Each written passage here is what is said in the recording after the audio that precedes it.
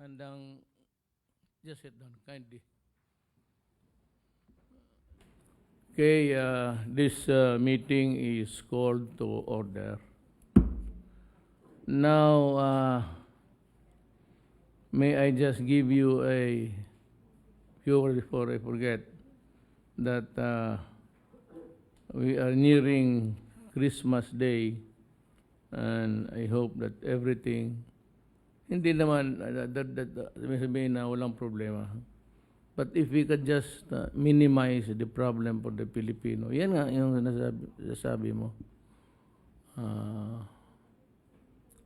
So, magandang gabi sa inyong lahat.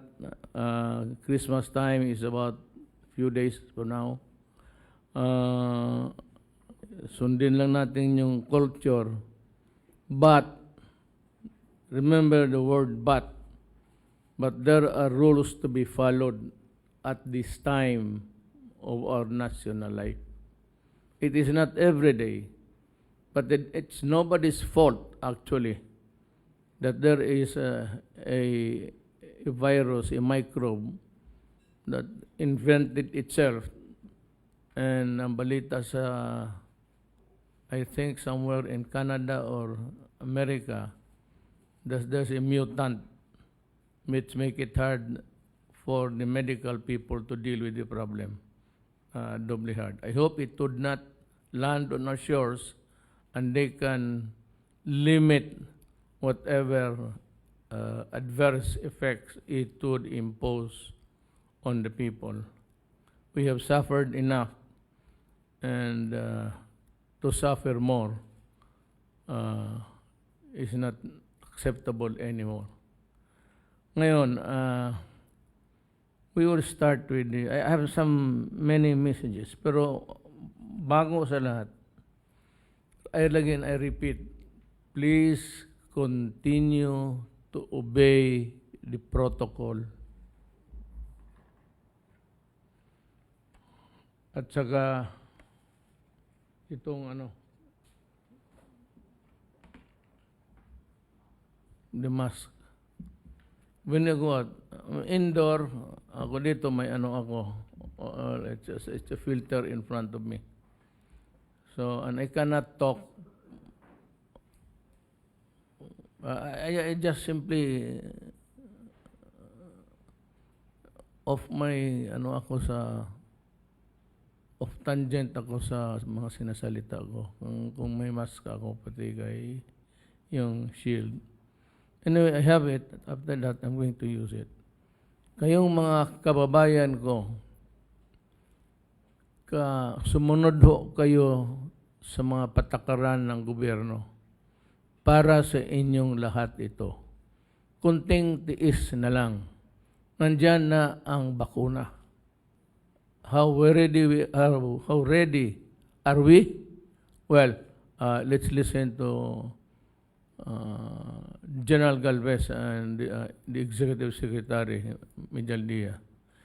In the meantime, we wait for the vaccine because unless walang bakuna, wala talagang pahinga dito. Either baka tatamaan ka or just, papalapsin mo lang. The problem is you can never be a safe guy to talk to.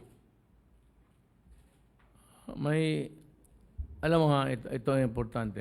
Nasabi ko na ito sa cabinet meeting. May cabinet meeting kasi kami kagabi. But meron kaming kaibigan sa Davao, nakasama namin sa big bike. And this guy is so professional. They have every group that would want to tour the Philippines by big bike.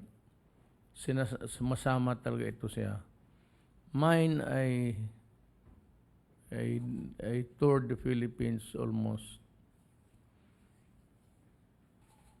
10 years ago o mas bata pa.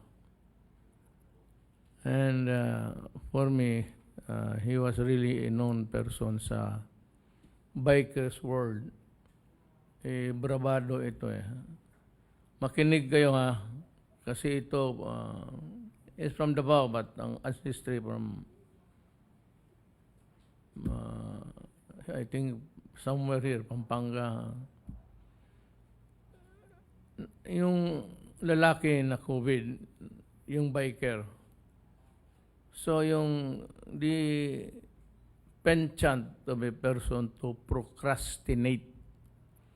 Procrastinate is putting it off to another day. What should be done today? Ayun, bukas na lang. Maghanap ako ng panahon. Ganon ang nangyari. So he got infected and dinala siya sa hospital. I think as usual, parang nakoma. Ang problema, yung asawa niya, 2 days after, also got the COVID. So, dinala rin sa hospital. Ang asawa niya na huli na infected, died. Siya, doon sa ICU, 1 day after, also died. Yung silang magdalawang asawa, pati, both of them did not know of the death of the other. Namatay sila, hindi nila alam. Tinamaan sila ng COVID, medyo may edad na yon si Boy. Tawagin ko lang Boy. Yun ang nangyari. So, na-double whammy. And because I know the family, sama talaga ng loob ko. Isabi ko ito. So, kayong mag-asawa, kayong may mga anak, be careful. If your spouse got it and you do not know, you sleep together, and both of you get infected, then that's the end of the story of your life. Ang sama ang ending. Ang akin dyan yung mga bata. Yun ang... Hindi ako nagbibiro. Sabihin ko na lang siguro, total... Alam ninyo, taga Davao to, but he was a popular personality sa biker. His name was Boy Pineda. Biker yan. At yung siya yung nauna, pero ang unang nadala sa ospital, yung asawa. Yung transmission ng... Tapos, namatay yung asawa sa ospital. Siya sa ospital, hindi niya nalaman namatay na yung asawa. So, sinasabi ko ito para rin maraman ng mga bikers ng buong Pilipinas. Kilala ito.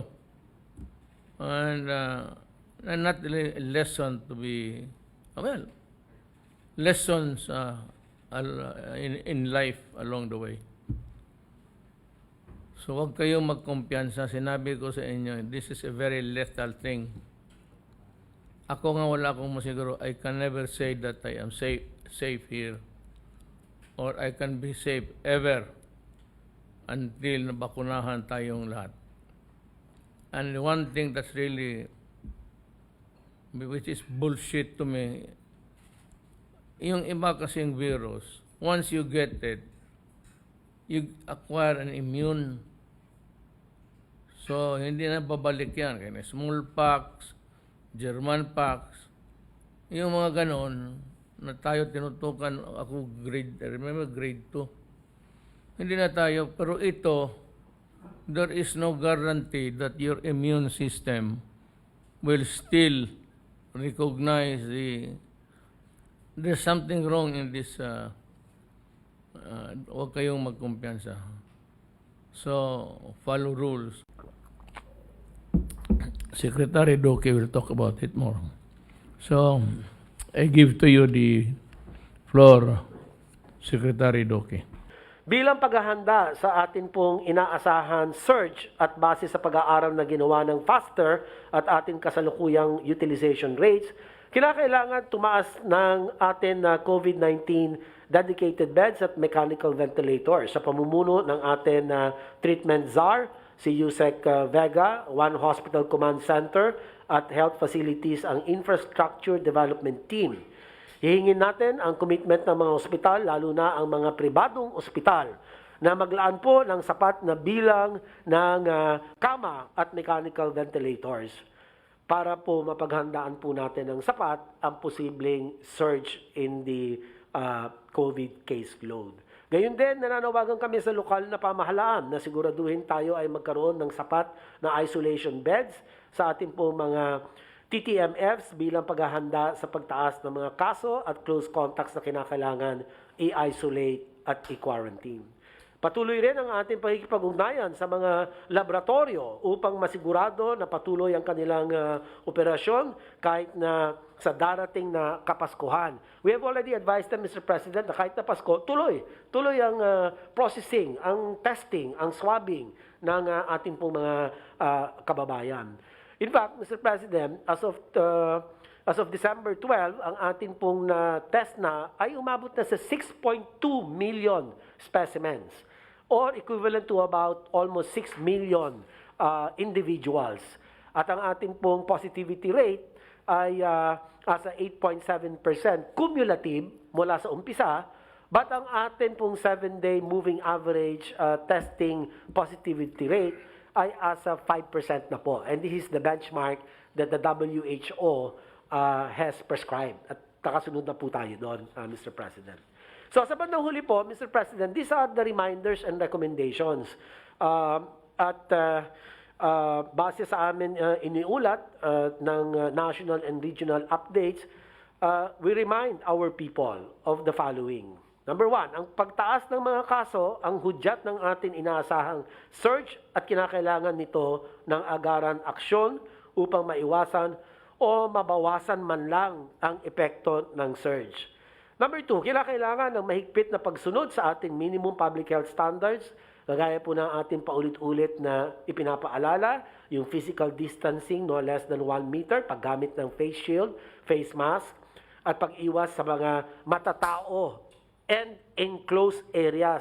Yung pong mga kulob na mga lugar. Kulang po sa hangin. Kung naka-aircon lang, hindi po tama yun. Kailangan nakabukas ang pintuan, sir, para tuloy ang fresh air at maganda po ang air exchange. At pangatlo po, iwasan ang mga gawain at lugar kung saan karaniwan ang pagtalsik ng laway. Tulad ng mga kantahan, no? Pagsasalo-salo, pagkain ng magkakaharap o yung buffet, no? At hindi paggamit ng face mask, face shield at protective barriers. Ano po? At yung pati pagtorotot ay binagbabawal na rin natin. We discourage, hindi ko pa hula pagbabawal, pero we discourage the use of these trumpets because parang kinakanyon mo yung mga COVID virus. No? At huli na lang po, kinakailangan natin palakasin ang ating public health and healthcare capacity sa lalong madaling panahon. Ginagawa naman po natin na ito at we continue to scale up our capacities both in the public health interventions or measures and also specifically in our hospital care capacity. So, ito lang po ang ibig ko pong iulat sa inyo, Ginoong Pangulo, at ako po nakikiusap, ihahanda lang po namin itong memo for you, Mr. President, na ano po yung mensahe na pwede nyo pong sabihin sa ating pong mga kababayan dahil kapag kayo po ang nagsasabi ay talagang nasunod po ang malaking porsyento ng ating pong populasyon. Katulad ng measles, nung kayo po nagsabi na magpabakuna sila sa measles, tumaas po ang ating coverage. Sa polio, ganun din po. So malaking bagay po kung kayo ang nagbibigay ng tagubilin, Mr. President. Maraming salamat po. Let me just add. Ano sinasabi ni Secretary Duque? Ako. Nakaturo ako. Alam mo, ganito yan. Ang batas ginagawa ng Congress ay implement. Sa implementasyon, gagawa ako ng base doon sa batas na the Executive Department come up with measures to protect public safety, public health, uh, public order, law and order, public minister and functions, education, gano'n. Ngayon, bakit nang huli kami? Ito ba'y krimen? Hindi po. It's not a crime if you fail in the protocols. But if you are in public, you get to be, itabi ka, and you are brought to the police station or to the nearest swabbing outfit there. At kung positive ka, pipilitin ka na. So, what is this? Ano ba ito? Parang komunista? No. It is the police power of the state to protect public health, public safety, public interest. Kasi yung tama mo dyan, hindi lang sa iyo. You are the kontrabida. Hindi yung mga tao na nakasalubong mo sa labas. You are the potential carrier of the disease. Yung mga tao, wala yan. Ngayon, mahawa yan kung mayroon ka, itapon mo sa kanya.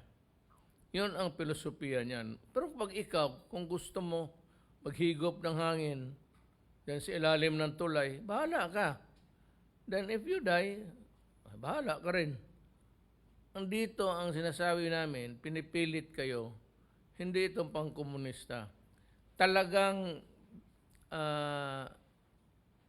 pinapayagan ito ng saligang batas. The Constitution itself provides that the President in implementing the law, ang batas, para iiral nila yung batas. They come up with rules and regulations. So, yung task force, yun yung aking governing body dyan. Sila lahat, sa bakuna and everything. And all the cabinet members contribute to the pandemic fight. Sa airport, kay Artugadi, sa lahat ng mga kabinete, nagko-contribute yan sila. Secretary Roque is, his role is vital, very crucial. Kasi siya ang nagbibigay ng mga payo o anong ang dapat sundin ng mga tao para tayo ay kunting mapayapa at hindi mawalop lahat. Remember that this is first and second and third wave. Yung hindi pa natamaan, mayroon pa yung third. Pabilisan ito sa bakuna. Pagkatapos ni Charlie, ni John Galvez, I will talk about it. Idugtong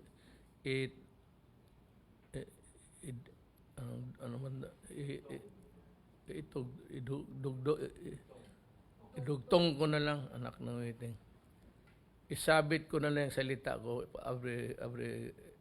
every speaker. Kasi may idagdag ako. Yun, let's go to Artugadi.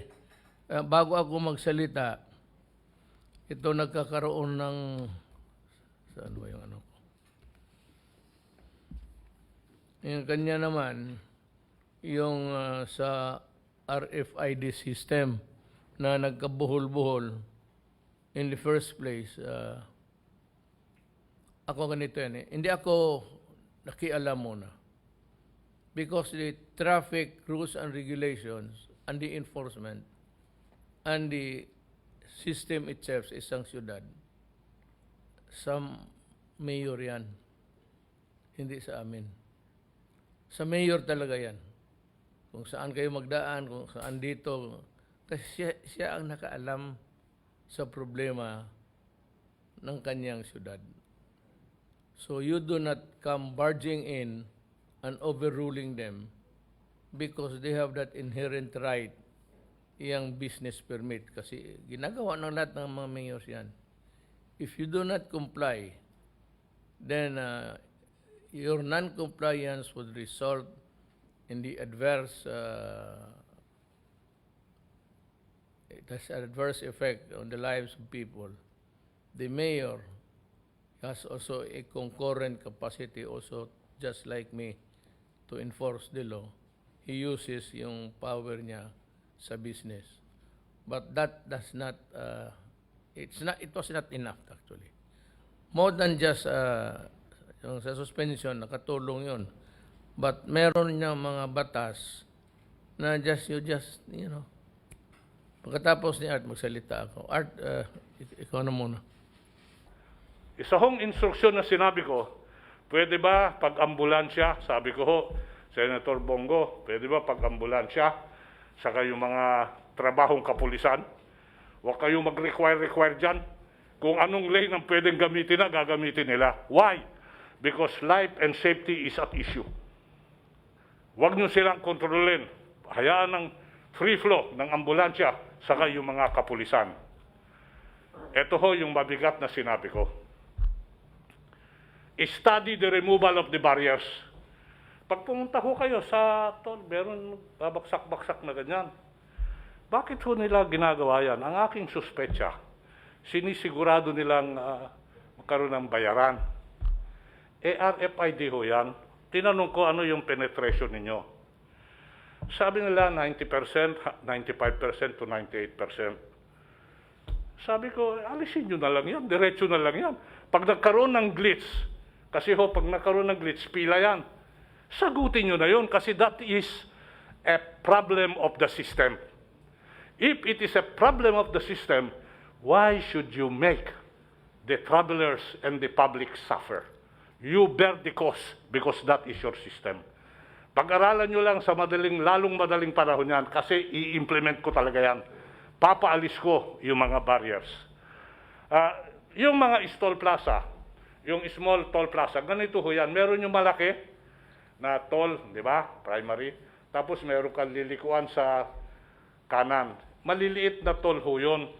Ang nangyari po dyan, at nakita ko ito, iisa yung toll sa RFID pareho, tapos meron pang stickering ng RFID.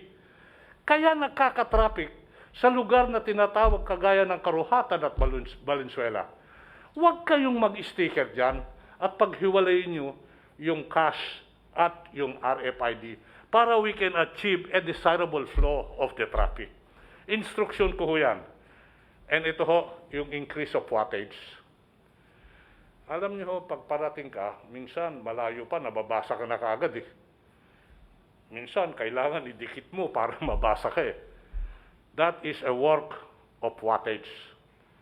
Sabihin ko lang, Mr. President, if I may, Mr. Iya, sir,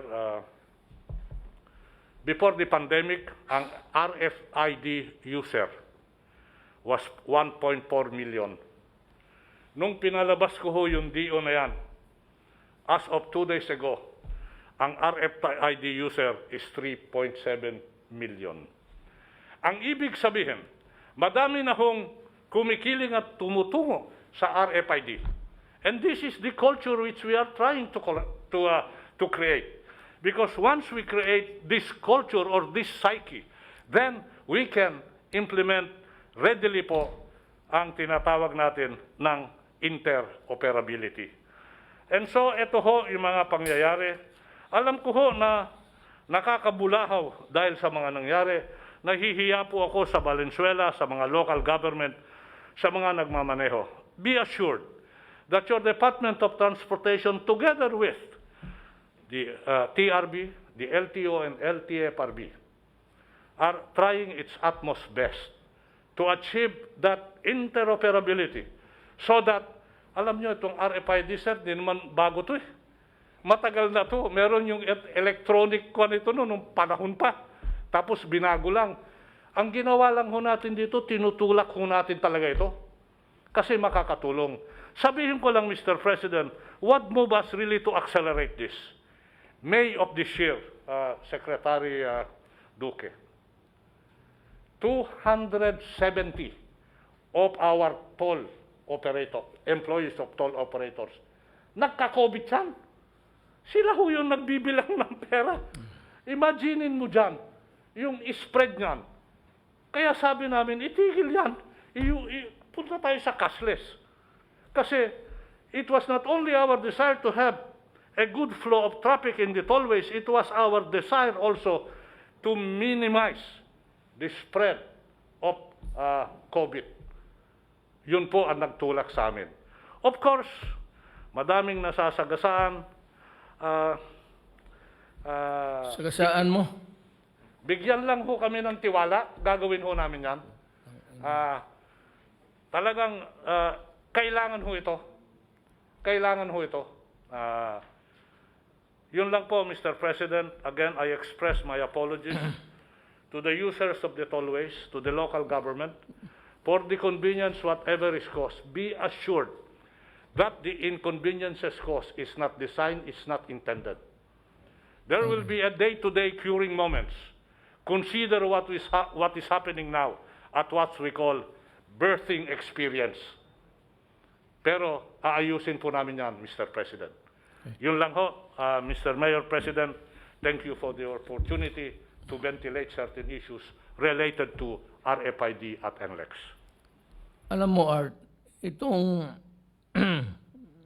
corporations, the one who built NLEX, no, ang kita nila dyan yung sa toll.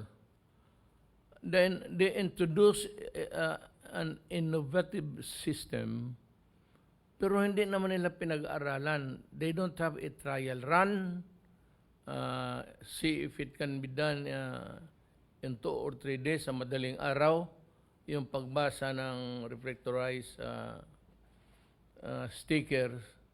Hindi ito pinag-aralan. In other words, tama ka. Ang akin is it a fault of the system? Yes, because the system was not tested thoroughly, which would translate into something like an incompetence ang lahat na. Hindi ko masisi itong may-ari nitong silang Ramon ang Ayala, because mayroon tayong regulator. That's the purpose of having a regulatory board, yung toll. Mayroon tayong regulator. Ang problema, ang mga regulator is another set of incompetent people. They should not have allowed the system right now to put into use without a trial run of for about 1 week, at titignan nila and anticipate what would be the problem. That is the correct frame of mind. You expect the worst. Ako kasi gano, pag mayroon pa nangyari, sabi may pumutok, sa isip ko, sabi 5 patay, I expect 10 because I know yung mga collateral damage. Ito, may system, but actually it's flawed. And the people behind this are really incompetent. Ang number 1 sana, ang regulator hindi pumayag na they would put up a new innovation in the flow of traffic sa mga NCLEX pati iba pa, at tinignan sana nila kung ano ang mga glitches. Hindi nila ginawa yon.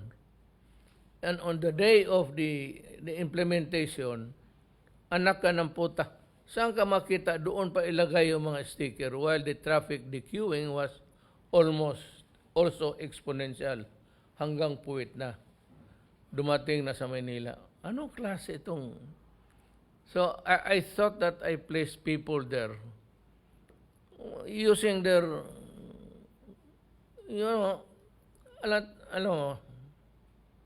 if I may, yung kagaguhan ninyo, yung failure ninyo, would reflect on us. Hindi man sila, sabi ko nga, at the end of the day, when people would start to talk about in the days past, Di ba, tapos panahon ni Duterte, kita mo nagkabuhol-buhol. Kami ang nasisiyon. Then, of course, an outstanding figure like Tugade, he gets the blame also. Kami ang napuputang ina kasi alam namin na ako may system, but it was not tried. If there's an innovation, you try to do it. Mag-dry run ka ng 1 linggo, madaling araw, kung walang traffic, tignan ninyo. Ang problema ninyo, you have this business, you have this job, and yet you do not take time to really think about the people who are paying you. And for those who are the owner of the stall, nung gumawa niyan, alam ninyo, it behoves upon you to do your best because binabayaran kayo ng gobyerno. Ang taong nagbabayad nalulugi, ilalagay ninyo sa kompromiso. Yan ang problema dito. So, anybody now, I've seen this several times during in the past years that I have been your worker here in the office of the President.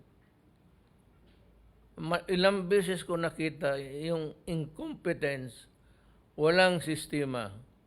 Kagaya rin nung iba, there's no system in the office.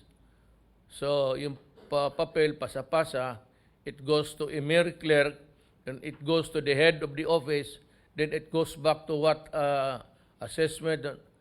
Pag you establish a system. If you cannot have a system in your office, sa lahat na ito, then kindly tell me and I will get another one to do it for you and for me.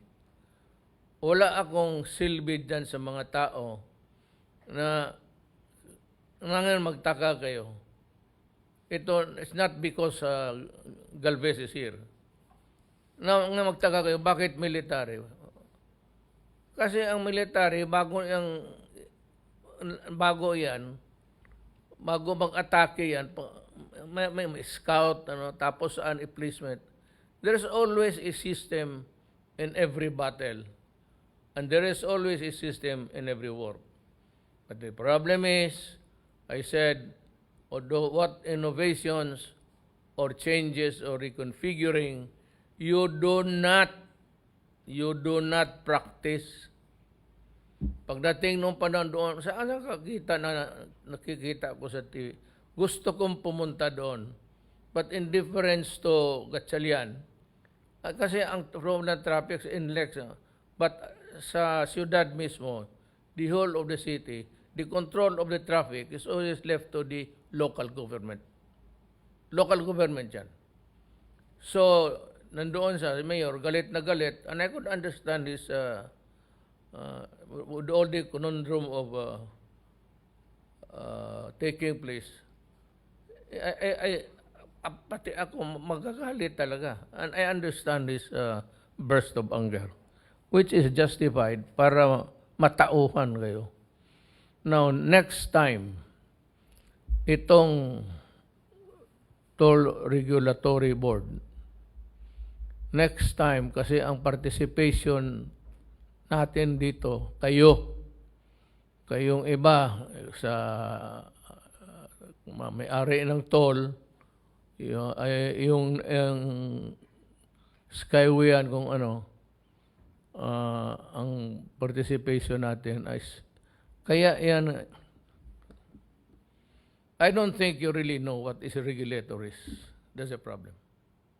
Basta ka na pumasok kayo sa gobyerno, take oath kayo, hindi ninyo alam the length and breadth of what a regulator must do.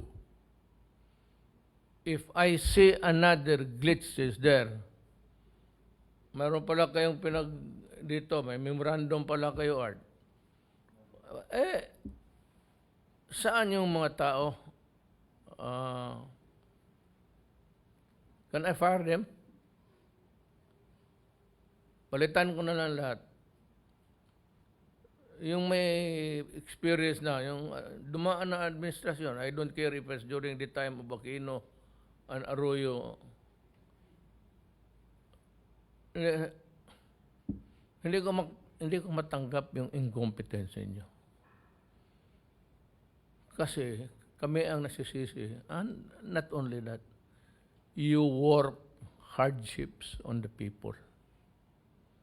May iba diyang masakit. Yung iba dyan gustong, whatever. May personal necessities. Meron ba yung washroom yan sila dyan? Washroom. Toilet, comfort room. Dyan sa mga NLEX. You better put one before entering Malayo. If I do not say that, I will Meron po. I will just take over bahala ng kaso-kaso tayo. I'll just take over the whole thing, the whole complex. Yung regulator yan ang inutil. I don't know kung sino, hindi ko kayo kilala. You're not even, I think, a supporter of my during the election time. Yun yung kasi ilagay mo yung may utang na loob ka. If you are that incompetent, my God, ay nahihiya ako sa mga tao. Sabi ko nga, sabihin ng mga tao, putang ina mo Duterte, kung ganun ka lang, mag-resign ka na. Tama. Tama ho kayo. Sabi ko nga, kung hindi ko kaya, bakit ako tatagal dito? And one more faux pas like that, another fiasco. Alis na kayong lahat. At ilagay ko na lang sa isang tao. You better have call them regularly at art, and pag hindi, just set them aside. Maglagay ka lang ng tao dyan, expert na magplano. Isang tao lang naman kailangan dyan eh. Magkuha ka ng military. Di ba maayos yan? Isang salita lang. Sabi mo lang, ayusin mo yan. Alam na nila anong gawin nila. That's the reason why. It's not because I am overly dependent on the military. I am an elected. Hindi naman ako natakot magkudita ko. Sinabi ko nga, sabihin lang ninyo, alis. Huwag na kayo magdala ng tangke de guerra, alis ako. But the problem, ang natin is the people. Kung sabi mo, hindi mo kaya, Duterte, I have to weed out incompetence. Listen very carefully to all and sundry. I do not want you becoming a dead wood. If you cannot perform what is expected of you, then the best that you can do, for decency's sake, resign. And do not wait to be fired. Because masakit yan, mapahiya ka. And the only reason perhaps, not perhaps, but the only reason people would believe what the cause was, is that you are incompetent. Hindi ninyo ginagamit yung utak ninyo. Next time, you prepare the public.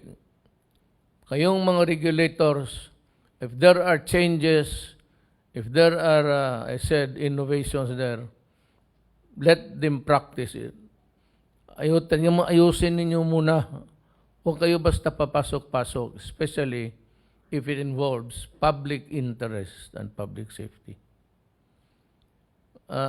Tama ka talaga. Kunin mo na lang yan, dalagay ka ng old hand dyan. Pero alam mo, sa totoo lang, maraming mga generals dyan nag-retire na utak talaga. Alam ko, some people are criticizing me. Well, because you are not here. Kasi si Duterte kinukuha yung mga, bakit? May alam ka pa sa akin? I've been a mayor for 23 years. congressman 1 year, one term, vice mayor 1 term, then presidente, ganito nakatagal. Hindi kaya nagtaka bakit ito ang bunganga ko. Kasi hindi talaga ninyo intindihan trabaho ninyo. Public interest, protect the public, do not, for Christ's sake, do not make it hard for the people to survive. I've been telling you, I intend just to make Philippines a comfortable place. Ginagawa ko na lahat. Nagkakaso-kaso na nga ako dyan sa kung anong ay International Court of Justice. Nakala naman na itong ulol, isa rin.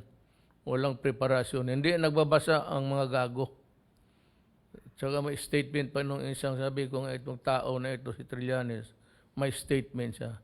Trillanes, alam mo, pag nakita ko yung pangalan mo, nakikita ko tae ng aso. Every time I look at you, you're a shit of a dog. Mas marunong ka pa. Bakit mo ako takutin ka magpreso? If it is my destiny that magpreso ako, di magpreso ako. Tunyan kita, ikaw, Pilipino, magtatakbo ito uli. Kamo mga Bisaya, mga Pilipino, mga Tagalog. Anong ginawa nitong putang ina nito? Sige, sabihin mo. Baski na mali. Anong ginawa nitong animal na ito? Hindi nag-revolt, pasigaw siguro. Tapos mag-surrender lang. Ganun ka kaduwag, putang ina ka, tapos magyabang ka. Kung kami, ginawa kami, sige. Makulong, di makulong. Ikaw, nagkulong, nanalo ka dahil yung backlash sa administration. Tapos sabihin mo, kala mo sino ka magsalita. As if you are also, hindi ka naman summa cum laude. Ewan ko kung cum laude ka o pareha ko lang sa akin 75. Pero alam mo, sa totoo lang, Trillanes, kung bright ka sa akin, kung mas marunong ka, ikaw na sana ang nadagdadaldal dito, hindi ako. Yan ang totoo. Kaya kung magtakbo ka ng presidente, senador, people of the Philippines, mga kababayan ko, mga Bisaya, ayaw yung magpatuntuan nito daw. Wala itong ginawa kung hindi mag-exhibition. Wala itong nagawa kung hindi manira ng tao. Putang ina niya. Yun yung pagana. Tapos sabi dito, turo dito, drug lord doon. Pati yung mga anak ko, pati yung anak ko na maliit, dalagita. Anong nangyari? Wala. Ni isa. May napakulong ka ba, Trillanes? Sino? Sinong napakulong mo? Oh. Nandyan pa rin sila. Ako, wala akong pinakulong. Pero wala na sila. Ikaw daldal, nandyan pa sila. Ako nagdadaldal, tapos, wala na sila. Ayaw ko kung saan pumunta ang mga putang ina nyo. Let's go to, we will know. Ito, makinig kayo kasi si Secretary Galvez would, the things that you would know, huwag kayong maniwala dyan sa opposition. Walang ginawa, yung gusto lang yan bumalik. Kasi maaari lang ibigay ko na lang para hindi nasisirain ang Pilipino. Hindi na tayo masira. Ibigay ko na lang. Yung naiwan ko, sige, inyo na. Tapos na rin ako, ilang taon na. Ito wala itong ginawa kung hindi mamulitikas. Tama yung sabi ni Bong, if you want to appear white, you paint the other person black. Pinturahan mo ng itim at ikay puputi. Painting the other guy black so that you would appear white. Yan ang ginagawa nila. Pinipinturahan kami ng itim para bumango sila, maputi sila. O tignan mo ano ginawa ng ito nagipagkunsabo, pati itong mga komunista sa nakapasok sa gobyerno. Do you think that we will stop there? I said, you are a member of a grand conspiracy of communism. Lahat kayo. The act of one is the act of all. Ikaw, Sarate, bantay ka. Medyo sabi nyo, paalis na ako. Well, really. Secretary Galvez, can you, it's your turn. Are you ready? Yes, sir. Mr. President, my fellow cabinet members, Secretary Duterte. Sir, magre-report po ako ngayon, sir, na sa update ng ating COVID-19 roadmap. Next slide, please. Sir, ano po, ako makikita po natin, meron po tayong 7 stages yung sa ating roadmap. Sa ngayon po, nando po tayo ngayon sa number 2, yung access and acquisitions, at nagkakaroon na po tayo ng negotiation. So, nasa ano po tayo? Nasa stage 3 na po tayo, tinatawag na procurement and financing. Sir, pakikita ko lang po sa inyo, ito po yung tinatawag na global outset ng ating mga vaccine. Ang alam po natin, ang BioNTech lang po at saka yung Pfizer ang mayroong emergency authorization. Pero based dun sa report ng ating global vaccine expert, ang Sinovac po ay nagkaroon na po yan, tinatawag nating limited use noong July pa. At ganun din po yung Sinopharm. Yung Sinopharm po, dalawang klase po yan, sa Wuhan Institute at saka sa Beijing Institute.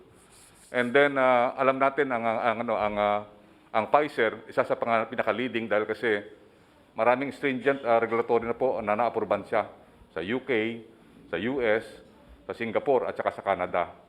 Which is based dun sa sa assessment po namin, mas mapapadali po yung kanyang approval po sa atin sa FDA.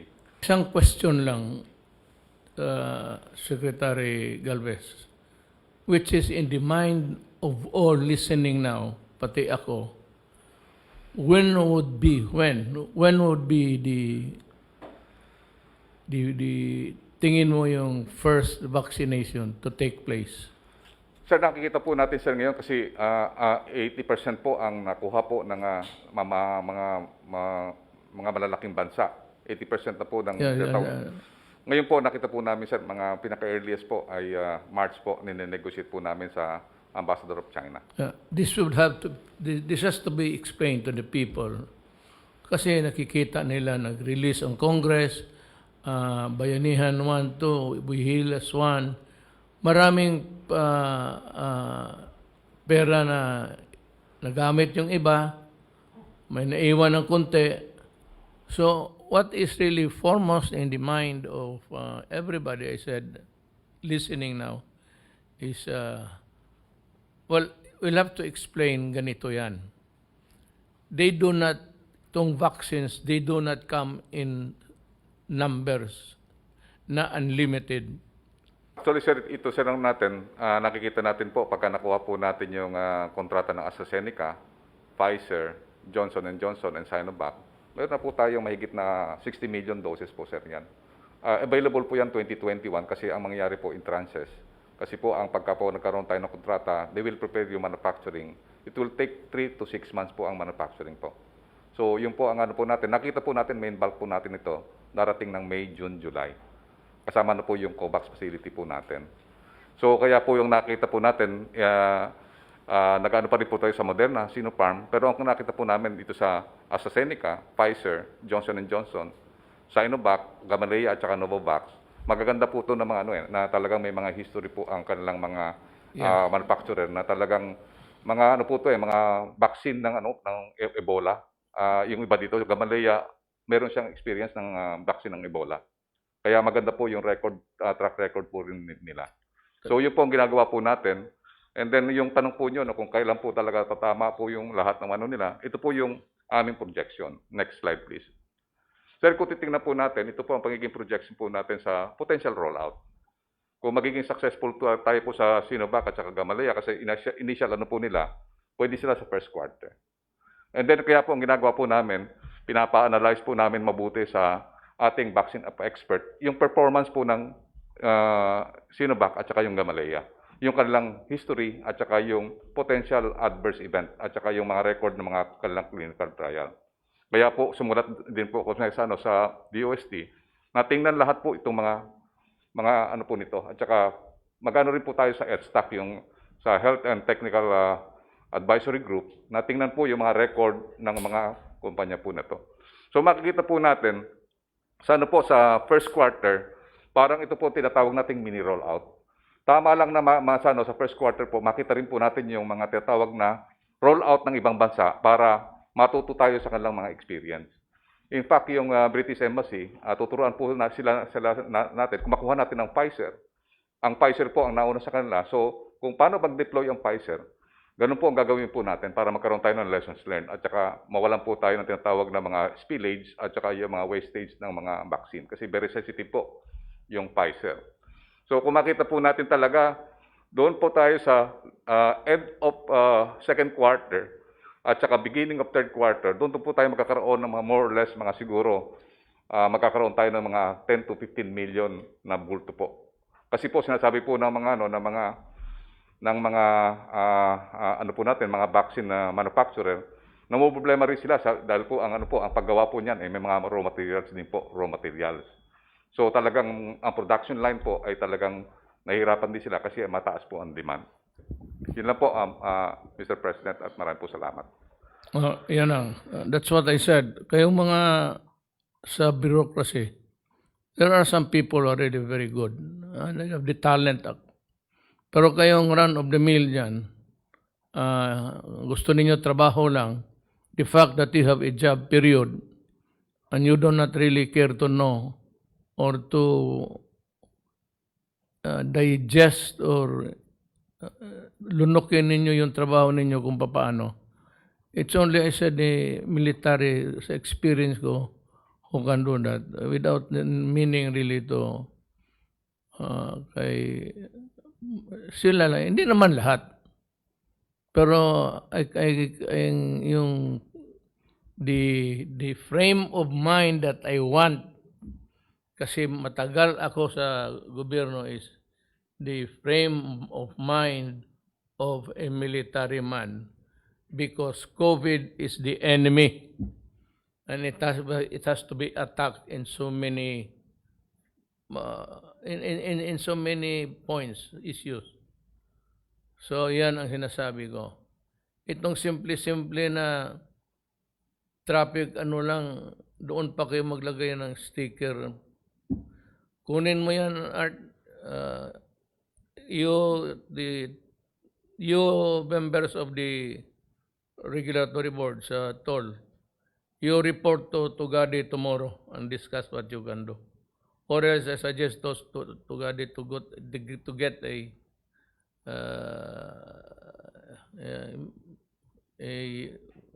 spoken mo military para isa na lang ang tao magplano.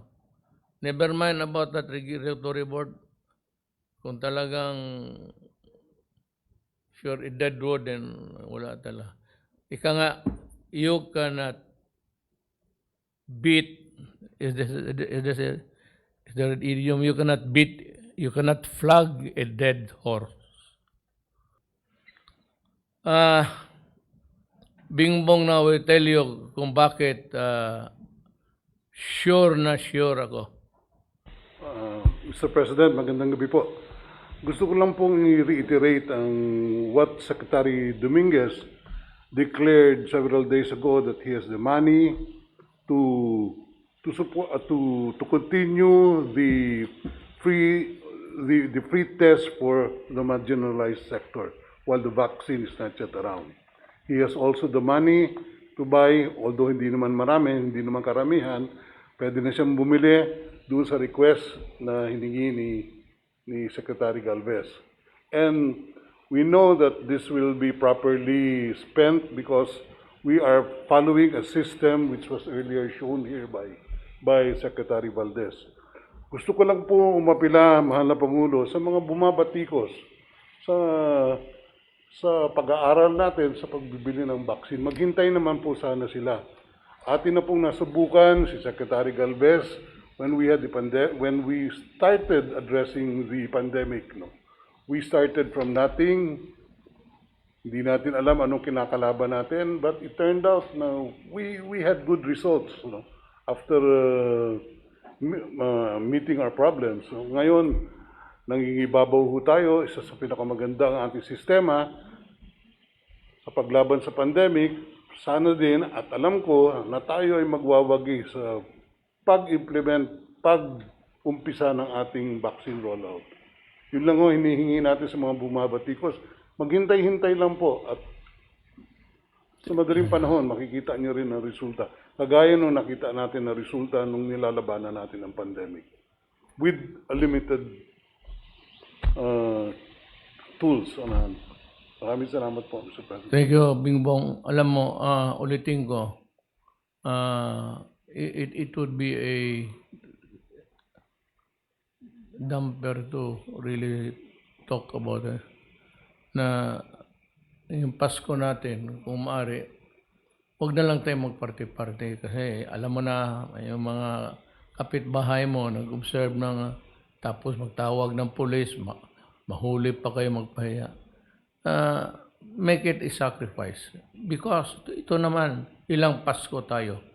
This is the only Pasko na sinabi ko sa inyo na magtulungan tayo so that everybody will be safe, healthy, and alive. Yan lang siguro, pero meron akong bago ako makalimutan, Merry Christmas and Happy New Year sa inyong lahat.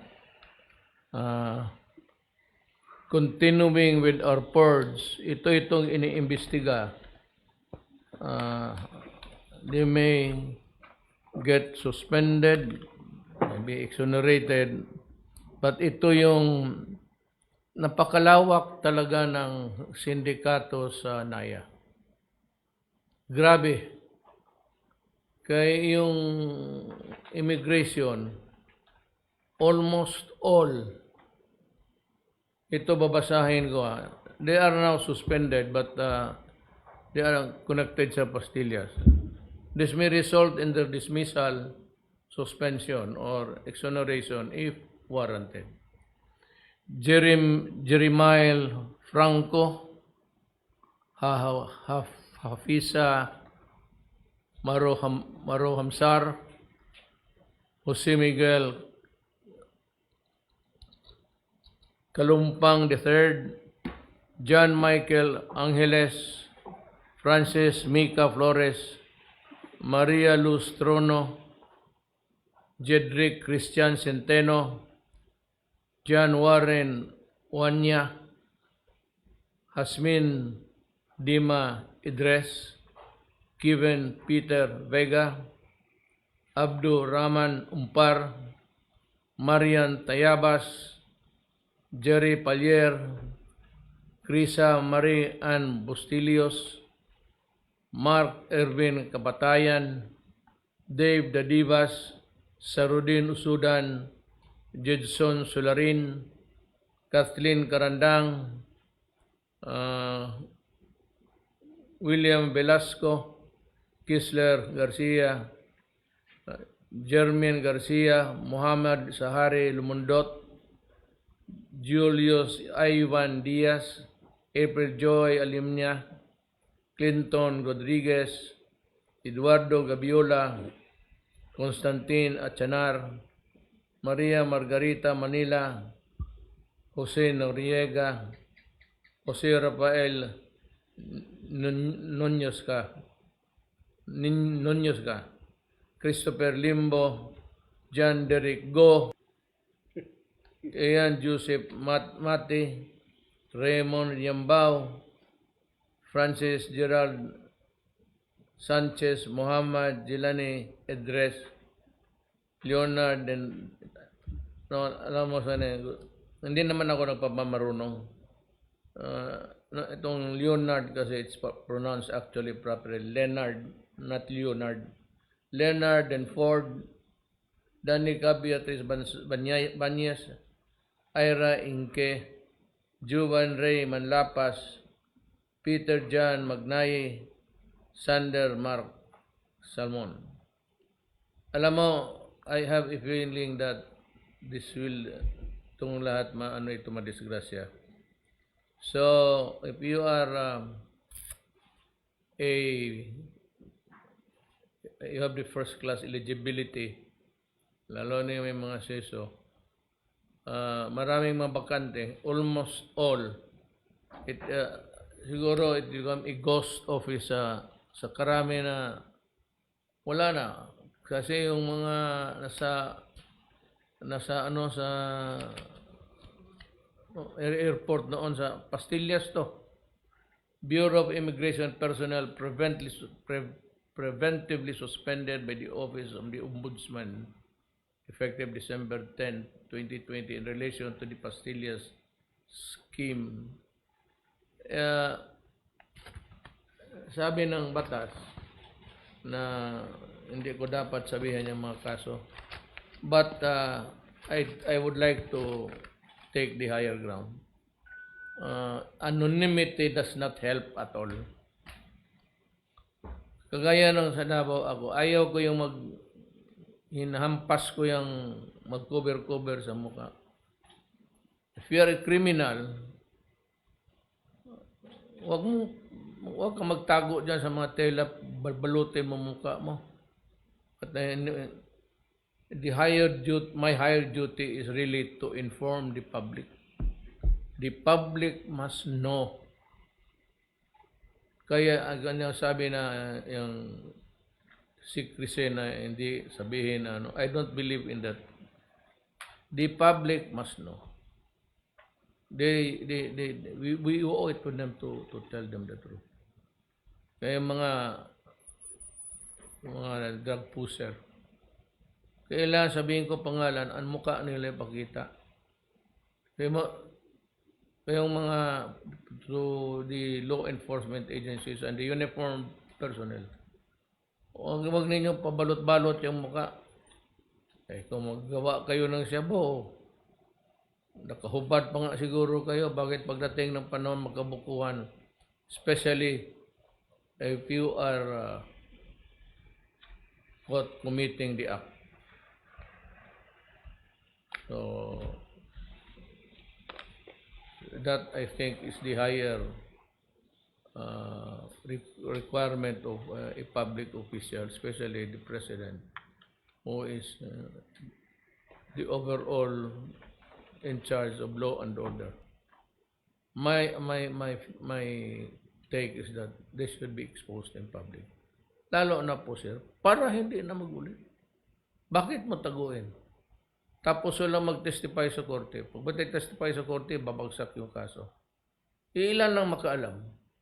Pat kung makita yung mukha mo, papasyal-pasyal ka, yun na yun. Kagaya itong mga military, sinabi ko. Bago kayo lumabas ng bahay, pagising mo sa umaga, tignan mo yung larawan. Tapos tignan mo yung tao. May tao na inom doon ng coke, tapos naghahintay. Pag walang ginawa, magkape. Tapos paglabas mo sa bahay, makita mo pa yung putang inang Sparrow na yan. May baril man kayo lahat. Hindi man mali magsabi ka, Sparrow ka. Kasi pag Sparrow yan, bubunot yan. Ganoon rin sa droga. Maraming namatay na pulis. Kasi maglapit kayo na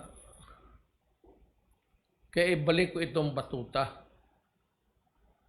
Because ang police kasi in making an arrest has to go near. There cannot be a contactless thing sa arrest. You have to overpower the person that you are arresting. Talagang you have to take him to the fort of the law. Even magkasugat-sugat yan, hampas mo ng batuta. Kasi lumaban, ayaw magpa-aresto. Pagdating ng korte, sabihin binugbog ng polis. Pero sabihin ko rin sa human rights, lumaban ang puta, ayaw magpa-aresto. So anong gusto mo? Talian niya, tapos guyurin niya. Kung tatakbo, the rule is If you are a citizen of this republic or a foreigner, and the police would say that, sir, you are arrested because of the crime of, kindly turn your back at tapos lagyan mo ng pusas. If you do not do that, at if you resist, it's your duty. You are responsible for yourself. Yan, hilain ka na, dumuga na, tapos yan, masugatan. Ang abogado, kasi abogado man ako, type ka agad. Ang printe ko, inaresto, binugbog. Hindi naman sinabi ng gagong putang yan lumaban kasi. At yan ang wag kalimutan ng mga judges. Matagal nga hindi ako nagyayabang. Totoo yan eh. Matagal akong prosecutor sa korte. Na yung minsan magsabi na binugbog sila. Tanong mo, yung police ko, ano totoo? Sabihin mo sa akin. Sir, lumaban sir. Ayaw magpadala sa estasyon. Kaya ginuyod ko. Which is correct. How are you supposed to repel or to enforce if you cannot overcome his resistance to arrest? You have to use force. Hindi naman yung paghampasin mo hanggang mamatay. Just to, kasi kung wala yung batuta, yung ratan, tama na yan. Wala yung batuta, ang pulis maglapit sa pag-aresto, ang kamay naka-trigger na. O would you rather pagdating mo na pagka lumaban o pag magbunot, mahampas. You have the moral ground. Saka kung mag-aresto ka ng ganun in public, may mga pulis na talagang yung diretso salvage gano'n. Wala akong inutos na gano'n. Remember, in all of my utterances, ang galit ko yan when I say, do not destroy my country, the Republic of the Philippines, who elected me as president. Do not destroy our sons and daughters, because I will kill you. Hindi ko sinabi, the MPD will kill you, the military will, I said, I will kill you. Ang problema, wala pa akong pinatay. Marami ako dito sa puso ko. Marami akong patay na pag-ibig. Wala akong pinatay na tao. Gano'n yan. Kaya ang human rights, pag saan tayo magpunta, tignan mo, i-review mo lahat.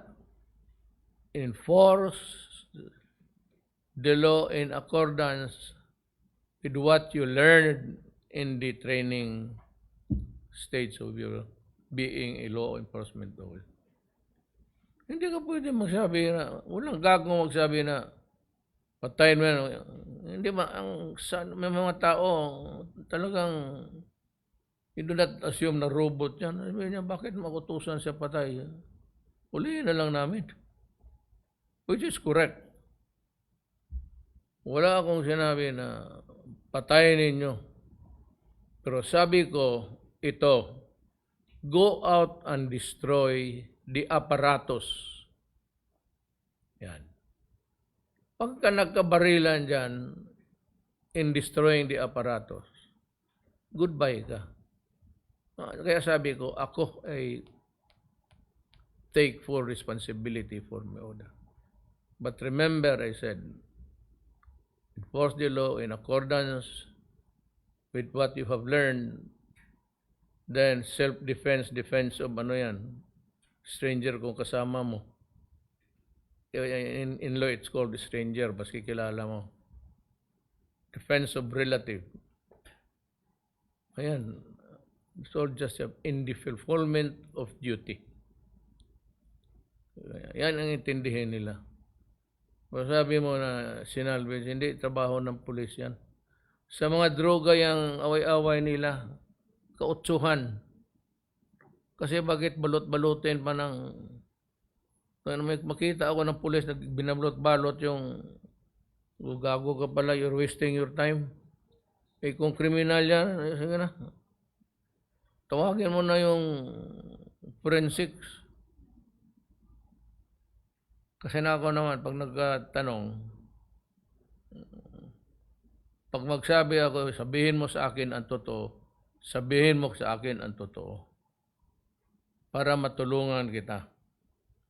Either I'll give you a lawyer and I will help you financially. Kung in the performance of duty. Pag nakapatay ka, na-demanda ka, injuries or whatever, if it is in the performance of your duty, do not worry. The law itself will protect you. Kaya kung maniwala dyan sa Secretaries, may sa statement, natatakot daw ako. Hindi ako natatakot, oy ulol, kung hindi ka ba talaga galing aso. Ako, magpakamatay ako sa prinsipyo ko. Kung yan, prinsipyo ko na ikamatay ko, okay yan sa akin. Ipakulong ako habang may okay sa akin yan. Pero ginawa ko yan ko na tama. Kaya ikaw, paribol-tribol, pasigaw-sigaw dyan sa Makati, tapos sinira yung hotel, tapos nakulong, nag-surrender lang pala ang putang, duwag mo letse ka. Pagkatapos tumakbo ng senador, ayun, naging gusto niya, superstar siya. Sabi ko nga, never I see you or hear your name, I remember the shit of a dog. Para kang tae ng aso. Tapos naman siguro, wala na akong basahin. Again, just two things. Remember the rules para walang mapasubo. Remember the rules. Mask, tapos yung yung contact. Nang sabihin mo, bakit walang katapusan? Tignan mo naman ang tao. Social distancing yan. Pag tingnan mo sa TV, pinifeature nila ang mga tao sa divisoria, napakarami. Dapat talaga hugas, mask. Kung huwag kang lumabas. Kung wala ka naman talagang mamili ka, huwag muna ngayon. There will always be a time. Kayong mga Katoliko Ecclesiastes. 3. There is always an every time, for every moment under the sun. There was a time when makalabas ka without hindrance, absolute freedom almost. There is always a time na hindi ka makalabas, nakasakit ka. There's a time na hindi ka talaga makalabas kasi ang gobyerno, ang trabaho nito is to protect everybody na huwag ka munang lumabas. Kasi baka ikaw yung mahawa, ihawa mo noon sa iba. Remember yung mag-asawa, sinabi ko, totoo yan. Boy Pineda is known everywhere in the Philippines sa motor. Kasi inikot ko itong Pilipinas, nagba-big bike lang ako noon. Hindi ko pinagyayabang yung big bike, matanda na ako. Pinagyayabang ko yung timing ko sa panahon. There is always a time. Now is the time to be, hindi naman sedentary, yung kalma muna. Total marami pa naman Pasko. Kayong maghingi ng maninang kasi kaawa yung mga tapos maglabas yung ninang mo, ninong, mamili dyan sa kung saan-saan. Idamay mo lang. Maghingi ka, hopefully, in God's own time, maybe next December. In the meantime, what should we do is to pray for our country and prepare for those who are sick. At saka kung kakain ka ako, magkain ako, when I say my prayer, God remember those who have the food but who cannot eat. Yun. Mga mayaman, meron silang gusto nila. But may panahon, there's always a time for an end. Meron naman na gustong kumain, makakain. Wala naman makakuha. So, time for happiness, time for enjoyment, birthday parties, wedding reception, and time to be just. Relax lang, relax lang. Mahaba pang buhay. If not for you, then for your children. Okay? Salamat.